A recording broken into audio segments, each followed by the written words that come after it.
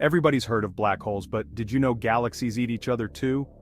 Let's dive into the jaw-dropping phenomenon of celestial cannibalism. Celestial cannibalism is when a larger galaxy merges with and absorbs a smaller one. It's all thanks to gravity. The bigger galaxy's gravitational pull attracts the smaller one, and before you know it, the smaller galaxy is gobbled up.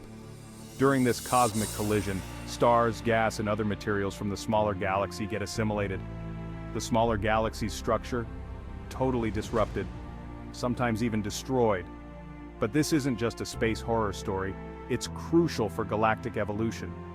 These collisions can trigger bursts of star formation, turning gas clouds into fireworks of new stars.